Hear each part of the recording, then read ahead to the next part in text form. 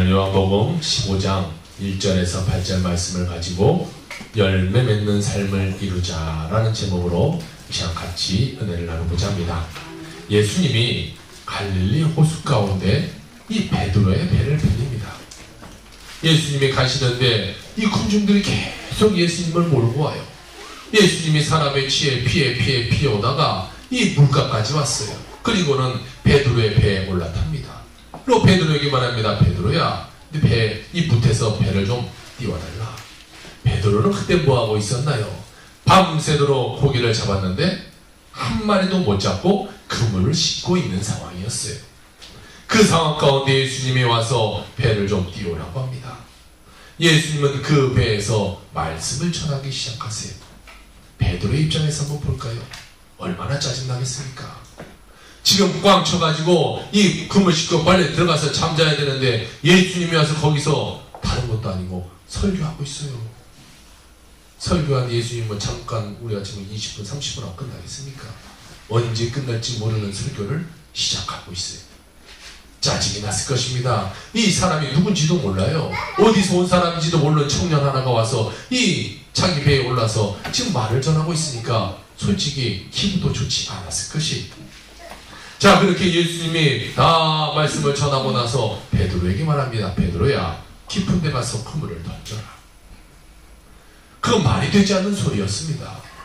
아침에 해가 중천에 이제 떠올랐고, 중천에 떠오르면 이 우리나라와 기후가 틀리기 때문에 해가 굉장히 강렬합니다. 그러니까 고기가 아주 깊은 데로 가지 이 그물을 던질 수 있을 만한 곳에 고기가 있지 않습니다. 그것을 누구보다 어부인 베드로는 잘 압니다. 그런데 예수님이 깊은 데 가서 그물을 던지라고 말해요. 베드로는 말합니다. 내가 밤새도록 수고했을 때 얻은 것이 없지만은 주님의 말을 믿고 내가 한번 따르겠습니다. 그냥 그 말을 의지하여 내가 그물을 내리리다 하고 가서 그물을 내립니다. 아니, 별반 기대 없지 않았을까요? 당연히 안 되는 거 알지 않았을까요? 그런데 가서 순종해서 그물을 던져요. 고기가 그물이 찢어질 정도로 고기가 잡히는 역사를 그가 받게 됩니다.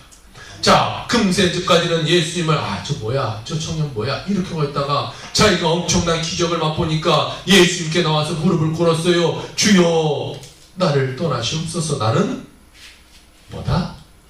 죄인입니다. 이런 고백이 돼요. 하나님의 인재를 이 베드로는 느끼게 되었죠.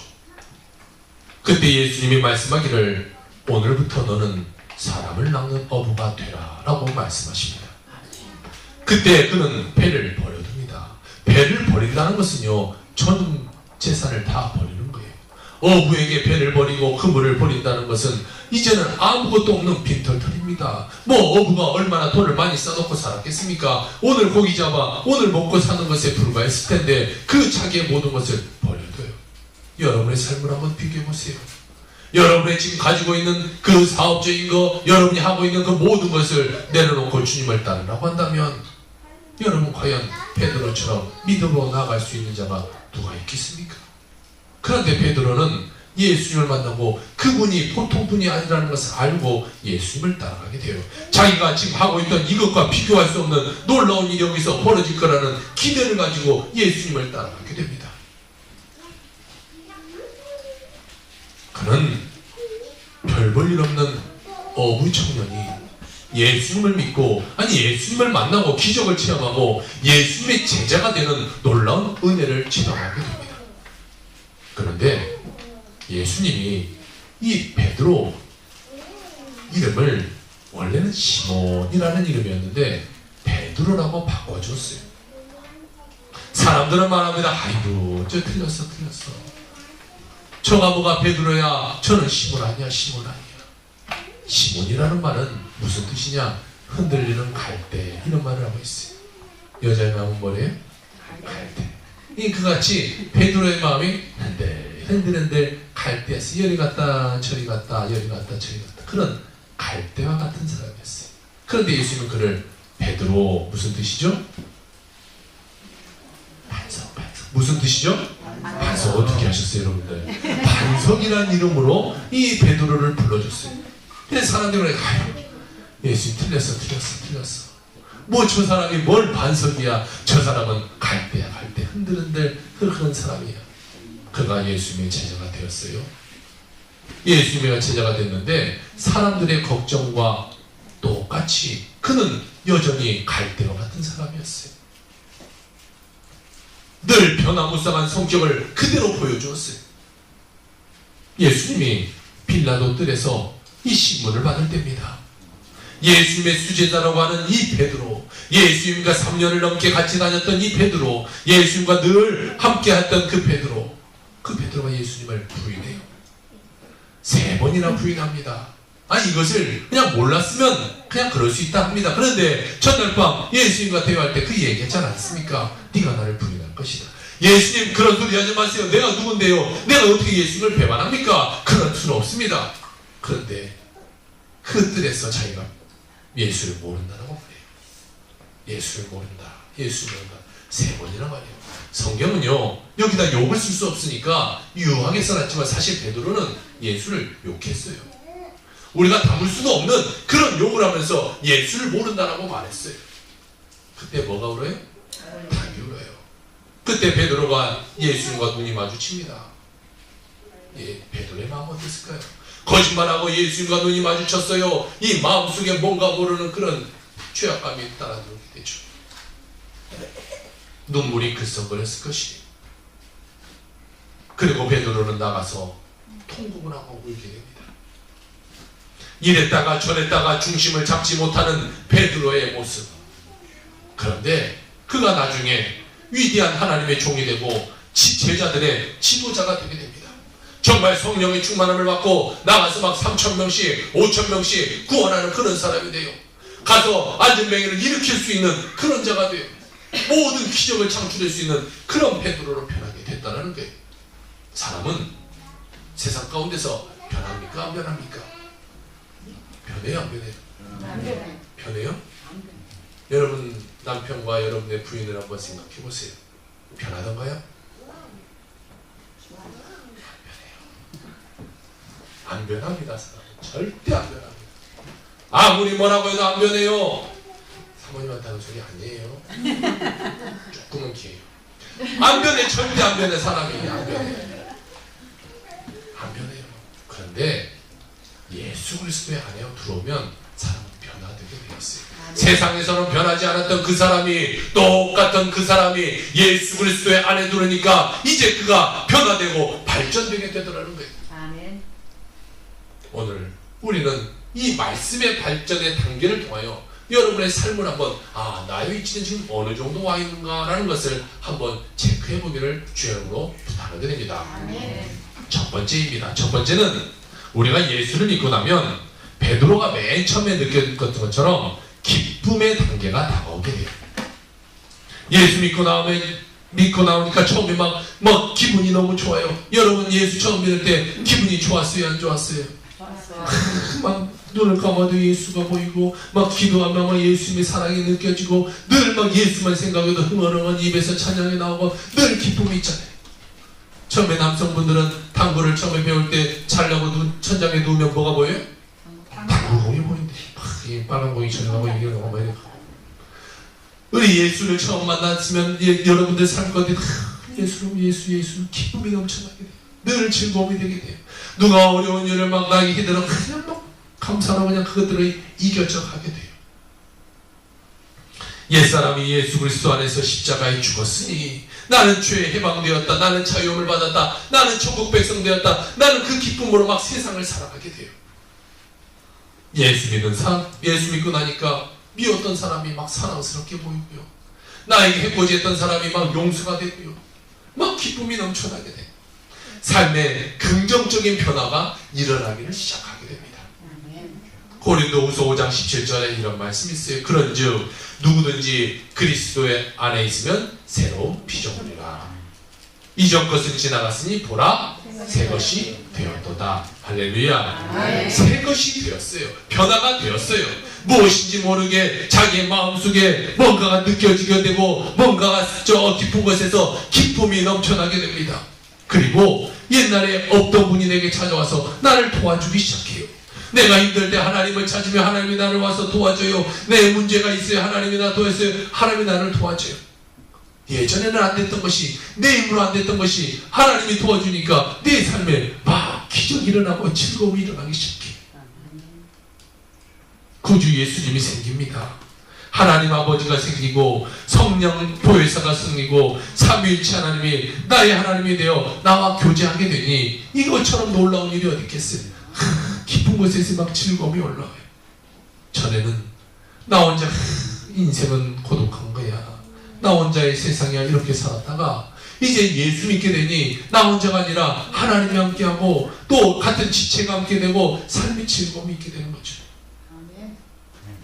그러니까 마음이 든든해져요. 기쁨이 넘쳐나게 돼요. 고린도후서 1장 21절 22절 우리 같이 한 목소리로 합독해 볼까요? 우리를 너희와 함께 그리스도 안에서 굳건하게 하시고 우리에게 기름을 부으신 이는 하나님이시니 그가 또한 우리에게 인치시고 보증으로 우리의 마음에 성령을 주셨느니라. 아멘. 예수님 안에 들어와서 구원을 받게 되고 그 다음에 구원의 확증으로 성령을 우리에게 주셨고 이를 쳐줘서 보증하시는 그 하나님의 계신 것을 믿게 될 때 우리의 마음에는 기쁨이 넘쳐나지 않을 수가 없게 되더라는 것이죠. 그래서 처음 예수 믿고 난 다음에는 뭔가 기분이 붕 뜬 것 같은 이런 기분이 들어요. 뭔가 막 하나님이 나와 함께해서 내가 구름 위를 걷는 것 같은 그런 느낌으로 내가 세상을 살아치게 돼요. 나도 모르게 흥얼흥얼 찬송가가 나오고 내 삶 가운데 즐거움이 있게 돼요. 우리 교회 가운데 믿음이 제일 좋은 사람이 누군지 아세요? 저 어디 있어요? 맨날 이 번개 파워를 외치는 저 꼬마가 믿음이 제일 좋은 것 같아요. 왜 그러냐? 여러분들은 만약에 어디서 친구들하고 놀러를 갑니다. 이 버스 타고 놀러를 가는데 노래 하나 하라면 여러분 뭐 불러요? 여러분들 18번은 무엇인가요? 낭낭 18세? 돌아와요 부산항에? 뭐 이런 거를 부르겠죠. 근데 저 어디 갔어요? 저 아이는 뭐 부른지 아세요? 이번에 어린이집에서 뭐 이 견학을 갔대요. 마이크를 주면서 노래 하나 부르라니까 저 아이가 부르요. 국회에서 이거를 그리고 그걸 끝나고 나서 주짐의 노 원장에서 풀가는 소리 들었어요. 저 아이가 가장 믿음이 좋은 것 같아요. 뭔가 우리는 예수를 처음 믿으면 막 이런 기쁨이 있어요. 즐거움이 있어요. 그런데 우리가 두 번째 우리에게 나오는 것이 있는데 두 번째는 갈등의 단계가 다가옵니다. 기쁨이 있다가 이번 두 번째 이제는 갈등이 내 참에 다가오게 돼요. 기쁘기만 하고 그런데 마음속에 갈등이 일어나기 시작해요. 세상을 살다가 그 생활에 떠나 새 생명, 새 생활을 하려고 하자 세상적인 것, 예수 그리스도 이게 마음속에 충돌이 되기 시작하죠. 그래서 그것 가운데 갈등이라는 것이 일어나요. 이 상황 가운데 예수 믿는 사람처럼 살아야 되나? 아니면 그냥 세상처럼 살아야 되나? 아니 내가 이제 예수 믿는데 이런 생활 내가 버려야 하지 않을까? 그런데 세상에 살다 보니까 그러지 못하겠네. 갈등이 일어나요. 예수 믿는 것이 쉬운 건지 알았는데 믿고 난 다음에 세상을 쫓아나고 천국만을 의지하며 살라니까 이것이 보통 곤욕스러운 것이 아니거든요. 이 내 마음속에 세상 것들이 쉽게 빠져나가지가 않아요. 세상의 친구들, 예전에 했던 습관들, 우리는 그런 분도 안 계시겠지만 술 드시고 담배 피시는 그분들이 예수 믿는다고 사라지는 것이 툭 끊어지면 좋을 것 같은데 그렇지 못한 분들도 봤어요. 때로는 어느 교회는 장로님도 아직도 술을 한 잔씩 하고 밤에 술 먹다가 다른 집사가 그 술 먹으러 갔는데 거기서 만나고 그런 역사도 일어나요. 둘만의 비밀이 생기게 되겠죠. 이게 안 되는 거예요. 쉽게 되지 않는 이 갈등 가운데 내가 어떤 것을 선택하느냐 늘 어려움이 있게 돼요. 얘 친구들이 한 번에 끊어진 거예요. 끊어지지가 않아요. 그런 것들이 마음속에 계속 남아있다 보니까 그 가운데 신앙생활을 하니까 얼마나 마음 가운데 어려움이 있겠어요. 요한일서 2장 15절 16절 이번에는 아까보다 조금 더 큰 소리로 한번 읽어봅시다. 시작. 이 세상이나 세상에 있는 것들을 사랑하지 말라. 누구든지 세상을 사랑하면 아버지의 사랑이 그 안에 있지 아니하니 이는 세상에 있는 모든 것이 육신의 정욕과 안목의 정욕과 이생의 자랑이다. 아버지께로부터 온 것이 아니요 세상에부터 온 것이다 라고 우리에게 말해주고 있습니다. 세상을 사랑하면 아버지 사랑이 속에 없다라는 거예요. 세상만 쫓아가보세요. 어떻게 하나님이 내 안에 거할 수 있겠어요? 그런데 세상의 마음, 세상이 마음속에 들어가 있고 내가 세상 속에 살아가는데 그 세상적인 마음이 내 마음 가운데 완전하게 떠나가기란 참으로 쉽지가 않아요. 그렇기 때문에 갈등이 꼭 찾아옵니다. 예수 믿으면 갈등이 꼭 찾아와요. 이거 예수 믿어야 되냐 말아야 되냐. 이때 포기하신 분들이 많죠. 아이 그냥 나 그냥 원래 살던 대로 살았다. 이거 나 못하겠다. 힘들다. 한 교회에 성도님이 있었어요. 이 성도님은 남편을 여의고 이 아들과 함께 살아가는 성도님이었는데 그 성도님이 열심히 장사를 하면서 살았어요. 그런데 그의 삶에는 늘 외롭고 슬프고 어려운 일만 다가오게 되네요. 삶 가운데 기쁨이라는 것을 찾을 수가 없었어요. 그런데 어느 날 전도를 받고 예수를 믿게 됐어요. 마음에 기쁨이 생겼어요. 할렐루야를 외치며 즐거움이 있었어요. 새벽 기도도 나오고 철야 기도도 나오고 교회 예배 볼 때마다 모든 예배를 막 다 참여하고 열심히 했습니다. 전도도 하고 막 삶에 막 춤을 덩실덩실 추면서 막 기쁨에 그것을 감출 수가 없는 삶을 살게 되었어요. 그런데 하루는 얼굴에 수심이 꽉 찬 얼굴로 목사님을 찾아옵니다. 목사님, 저 이제 교회 그만 다니겠습니다. 내가 내 삶 가운데 은퇴할 때까지 그만 다니겠습니다. 대신 내가 완전히 하나님을 떠나진 않고 내가 내 사업이 끝날 때 그러니까 그 사업에서 은퇴할 때는 예수님을 꼭 다시 믿을 겁니다. 그렇게 말했어요. 아니 왜 그럽니까? 내가 예수 믿고 그렇게 좋았는데 장사하는데 목사님이 장사를 합니까? 장사하다 보니까 장사는 거짓말을 해야 되는데 내가 예수 믿고 거짓말하자니 마음의 양심이 찔리고 거짓말을 안 하자니 장사가 안 될 것 같고 내가 두 가운데 갈등이 생깁니다.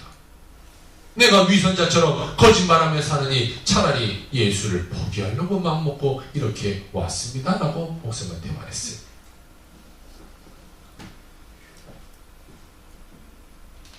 목사님이 이렇게 말합니다. 성도님, 그러면 안 됩니다. 그러면 목사님, 우리 먹여 살리랍니까? 따지면서 물었어요. 목사님이 이렇게 말합니다. 사람은 한꺼번에 성자가 되지 않습니다. 성도님 힘으로는 한꺼번에 완전히 하나님을 인정한 거룩한 사람이 될 수가 없습니다. 예수 믿고 장사하면서 교회도 나오고 또 장사하면서 물건 팔 때 거짓말도 하세요. 이렇게 말했어요. 깜짝 놀랐어요. 성도가. 뭐라고요 목사님? 거짓말을 하라고요? 내가 예수 믿는데 어떻게 거짓말을 하라고 목사님이 시킵니까? 거짓말을 안 할 수 없잖아요. 성도님 힘으로는 안 하려고 해도 안 할 수 없잖아요. 아무리 회개를 해도 그게 안 되잖아요.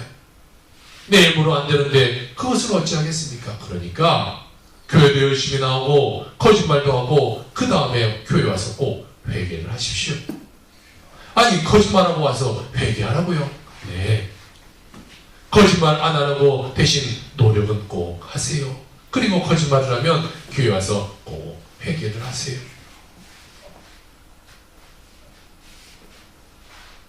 그리고 기도하세요. 하나님, 내가 거짓말하지 않고 장사할 수 있게 해주세요 라고 기도해달라고 목사님이 말했어요.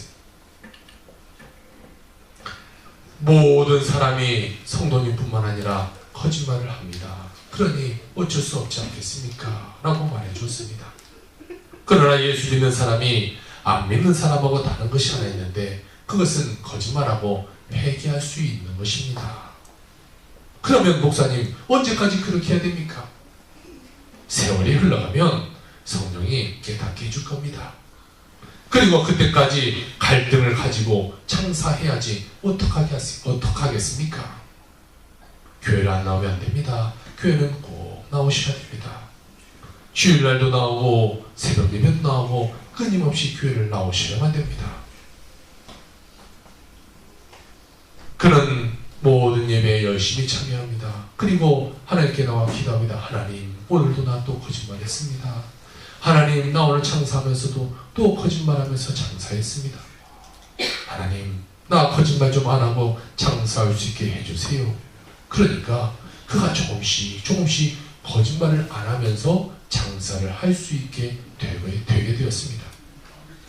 조금씩 그가 변화되고 그가 이제는 깨달은 것이 하나 있는데, 나의 힘과 나의 능으로 세상을 살아가는 것이 아니구나. 나는 예수 믿는 사람은 믿음대로 주님이 도와주신 대로 살아가는 것이 우리 인생이라는 것을 그 성도님이 깨닫게 되었어요. 그리고 그 후에 동네에 소문이 다 났어요. 그 아줌마가 장사하는 데 가면 가격 물어볼 것이 없다. 가격 흥정할 것이 없다. 그 여인은 정직한 여인이고 거짓말하지 않는 여인이니까 그 여인이 말하는 것은 그대로 값을 지불하며 사면 된다라는 소문이 동네에 나게 되었어요. 그래서 그는 거짓말을 안 하고 삶을 살 수 있는 사람이 되게 됩니다. 그는 또다시 춤을 추게 되고 성령 받고 집사되고 권사되고 교회의 큰 기둥이 되어서 교회를 아주 널리 전파하게 되는 그런 성도로 변화가 되었습니다. 이렇듯 신앙이라는 것은 제일 처음에는 좋았다가 반드시 갈등이라는 것이 찾아오게 됩니다. 그 갈등을 갖고서 교회를 안 나오면 안 됩니다. 내 마음에 갈등이 있다고 해서 그냥 그것을 포기해버리고 세상적으로 돌아가서는 안 되는 거예요. 나와서 회개해야 되는 거죠. 주님, 내가 다음에는 그렇게 하지 않고 살 수 있게 해주시옵소서 기도하는 겁니다. 그렇게 갈등을 회개로서 회개하고 우리는 삶을 살아야 돼요. 그러면 세 번째 투쟁의 단계가 우리에게 다가오게 됩니다. 세 번째 단계로 회개하고 있으면요, 이 투쟁의 단계로 들어가게 되는데, 내가 이겨야 되겠다, 내가 싸워서 정복하고 이기는 생활을 해야 되겠다라는 이 투쟁의 단계에 들어가게 됩니다. 이 마음이 내 마음에 들어오면요, 이제 내 마음 가운데 실현이라는 것이 다가오게 됩니다. 하나님의 나라와 하나님의 세상의 나라가 나의 마음속에서 이제 싸움이 되게 되는 거거든요. 전쟁을 하게 됩니다. 세상을 이기려고 하고 부딪히는 싸움에서 이기면 좋겠는데 우리가 이겨지던가요? 이겨지지가 않아요. 한 단계 더 나아가서 내 힘으로 어떤 것도 이길 수 없게 되게 됩니다. 내 힘으로는 거룩하게 살려고 노력해봐도 거룩하게 살 수 없다라는 그 한계에 우리가 부닥치게 돼요. 이것이 문제가 되죠. 예수 믿는 생활이라는 것은 나의 결심, 나의 각오, 나의 내가 최선을 다하면 될 건지 알았는데 그것이 아니더라는 거예요. 세상의 것은요, 내가 열심히 하면 됩니다. 세상의 사업이요, 내가 열심히 하면 열심히 한 만큼 돼요. 그런데 믿음 생활이라는 건 내 열심을 내서 되는 것이 아니에요. 다른 사람보다 열심을 낸다고 해서 내 믿음이 좋아지는 것도 아니에요.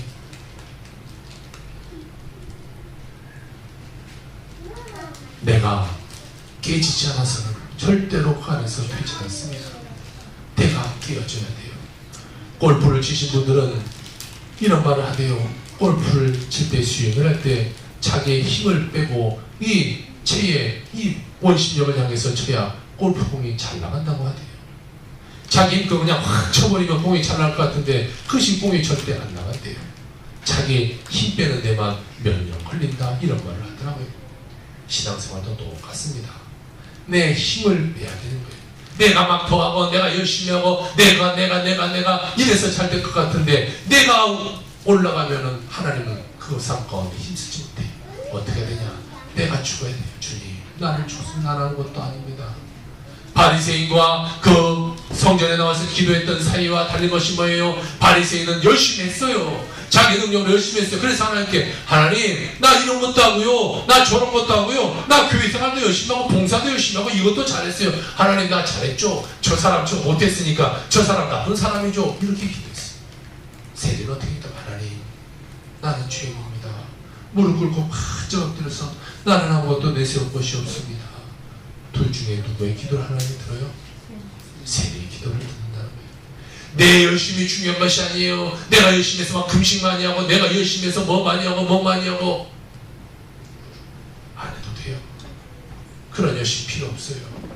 내가 겸손해지고, 내가 주님 아래로 내려가고, 내가 하나님께 바짝 엎드려서, 하나님, 나는 아무것도 아닙니다 고백하는 그 인생을 하나님은 더 사용하게 된다는 거예요. 하나님께 맡길 때 우리의 인생은 달라지게 되는 거거든요. 내가 좀 더 훌륭하게 살아야 되겠다. 좀 더 거짓말하지 않고 살아야 되겠다. 거룩하게 살아야겠다. 사랑하며 살아야겠다. 마음에 각오하고 투쟁을 하겠는데, 그게 되면 좋은데 그게 안 된다는 거죠. 그러면 우리의 네 번째 단계, 낙심이라는 것이 찾아와요. 아유, 나는 안 되는구나. 내가 이렇게 열심히 했는데 안 돼. 내가 교회생활, 내가 이렇게 열심히 30년 내가 교회생활하고, 내가 몇십 년 교회생활하고, 봉사도 하고, 내가 선교부장도 하고, 내가 뭣도 하고, 내가 그렇게 열심히 했는데, 아유, 내 삶에 되는 거 하나도 없어. 나한테 안 돼. 내 힘을 해보려니까 아무것도 안 돼. 거짓말하는 것도 안 되고, 압류할 수도 없고, 도둑질 안 하려고도 할 수 없고, 방종 안 할 수도 없고, 아무리 했어도 나는 안 된다, 나는 안 된다. 힘으로도 안 되고, 능으로도 안 되고, 형식적인 신앙의 생활로 떨어질 수밖에 없어요. 왜 안 된다고 생각하니까. 나는 그래, 나는 세상에서도 안 되더니 교회 와도 안 되는구나. 내 인생은 버린 인생이 안 돼. 참된 신앙이 나는 될 수 없어 라고 생각합니다. 그렇게 낙심이라는 것이 우리에게 찾아오게 되죠. 아마 이 성경에는 이렇게 말해요. 이 상황에서 누가 나를 건지랴. 누가 말했을까요? 사도 그렇죠. 사도 바울이 얘기한 겁니다.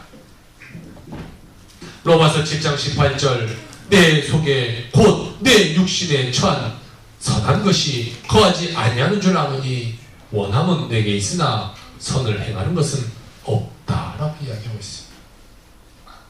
마음으로는 주님의 말씀대로 살고 죄범을 지키고 거룩하게 살고 의롭기를 살기를 원하는데, 내 몸에 있는 죄의 법이 나를 사사건건 괴롭히고 나를 억눌려서 넌 안 돼, 넌 안 돼, 너 실패하는 인생이잖아, 너 그거 안 됐잖아, 안 됐잖아. 결국 나를 패배시키고 나를 죄짓게 하고 만들고, 그러므로 내 것이 꺾여져 버리게 만드는 것이 사단의 모습인데, 우리에게 그렇게 낙심이 들게 사단 우리를 꾀한다는 거예요. 성경은 이렇게 말하고 있네요. 오호라, 나는 공고한 사람이로다. 이 상황에서 누가 나를 건져내냐. 만약 이런 말을 여러분 같은 성도가 있다면 뭐 그럴 수 있지 라고 말하는데, 누가 말했다고요? 사도 바울이라는 사람이 이렇게 말했어요. 아니, 사도 바울은 이런 말하면 안 되잖아요. 지금 엄청나게 선교를 하고 있고 많은 교회를 세워나가는 그 사도 바울 선생이 지금 이런 말을 했다는 거예요. 내가 아무리 속사람으로서 거룩하게 살려고 해도 지혜 속에 있는 죄의 법이 나를 사로잡아 나는 백전백패하니 나는 공고한 사람이로구나. 누가 나를 이 사망의 몸에서 누가 나를 건져내냐. 탄식한 것이 사도 바울도 그랬다는 거예요. 사도 바울도 인간의 결심, 허약함이 그때야 깨달아지게 되는 것이죠. 안 되니까 깨달아지게 되는 거예요. 내 힘으로 안 되는구나, 내 힘으로 안 되는구나, 아무것도 내 힘으로 할 수 없구나, 나는 그래서 예수 믿을 수 없구나, 낙심이 찾아와요. 중국 외지 선교사인 허드슨 테일러라는 선교사가 있습니다. 그는 신학교를 졸업하고 주의종으로서 이 중국에 선교를 해야겠다는 마음을 갖고 중국으로 갔어요. 상황이었죠. 아무리 상황을 극복하려고 해도 극복할 수가 없어요. 저 외국 사람이 가서 중국 사람처럼 옷을 입고 중국 사람처럼 행동하고 중국 사람처럼 먹어도 그 사람들과 하나가 되지를 못하더라는 거예요. 아무리 기도해도 안 되고 아무리 전도해도 안 되고 어떻게든 교회를 세워보려고 해도 안 되는 거예요. 종종 안 되는 거예요. 인간의 노력으로 안 되니까 나중에 그에게 탄식하고 좌절하게 됐어요. 아, 나는 공부한 사람이로구나. 나는 안 되는구나. 내가 그렇게 열정을 갖고 예수님의 말씀을 갖고 이렇게 중국을 변화시키려고 왔는데 안 되는구나, 안 되는구나. 그래, 나는 하나님이 아물렀는 것보다, 나는 주의 종에 대한 차견이 없는가 보다, 나는 내가 못할 곳에 와 있는 것보다 절망이라는 것이 찾아왔어요.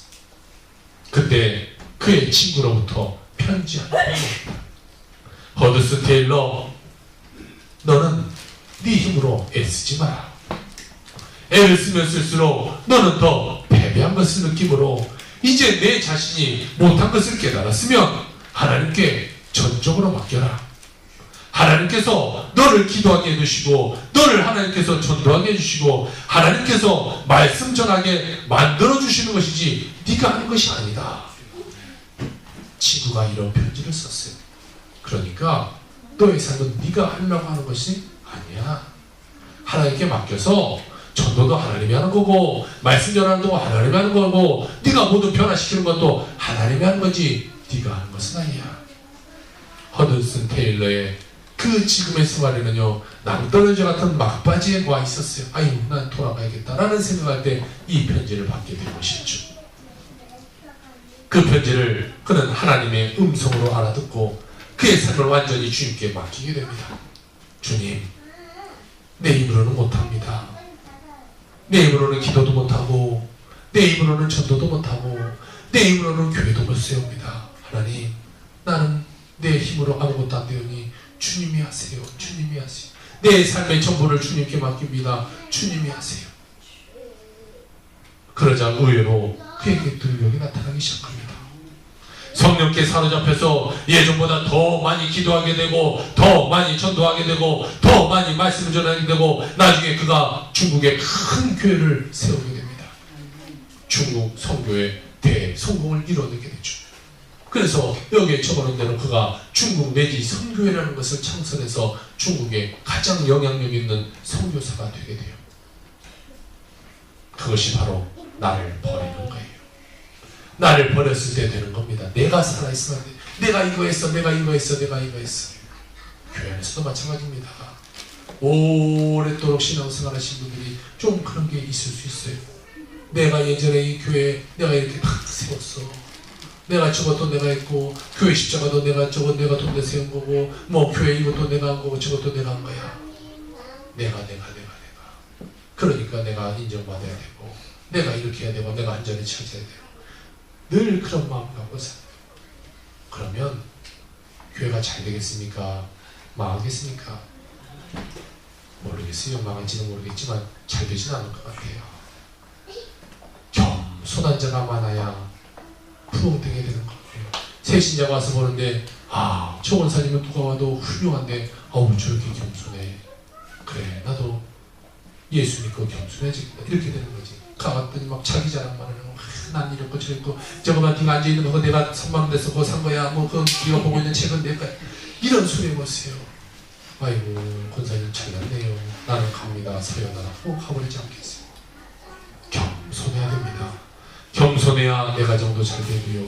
내 삶도 다 잘 되게 되어 있어요. 우리의 힘으로 하려고 해서는 아무 것이 되지 않습니다.